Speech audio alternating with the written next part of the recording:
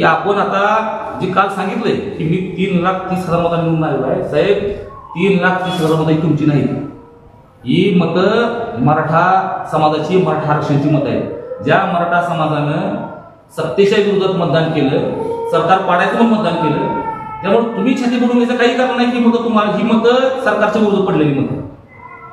आणि तुम्ही काल छाती बुडून सांगितलं की मला 3,30,000 मतांचं मताधिकार मिळाले. मला या ठिकाणी अजून एक आवर्जून गोष्ट नमूद करायला वाटते, ज्या आमच्या मराठा समाज भूषण मनोज जरांगे पाटील यांच्या भूमिकेवरती खासदार ओमराजे यांनी आक्षेप नोंदवला.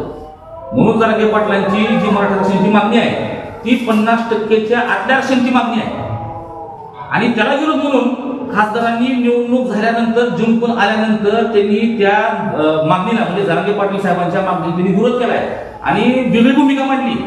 50% पुढच्या आरक्षणाची भूमिका त्यांनी मांडलेली आहे. तर आज तुम्ही मराठा समाजाची फक्त निवडणुकीपुरतं मतं वापरली, मतं घेतली. तुम्हाला आज मराठा समाजाची कुठल्याही प्रकारची गरज नाही. तुम्ही ही तुमच्या भाषणातून, तुमच्या वेगवेगळ्या पत्रकार परिषदेच्या माध्यमातून तुम्ही दाखवून दिले.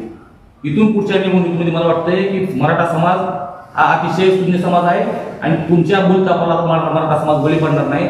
म्हणून आपण फक्त मिसगाईड करायचं, आरोप प्रत्यारोप करायचे, चुकी दिशाभूल करायचं राजकारण करून थांबवावं, एवढंच मला ठिकाणी सांगा.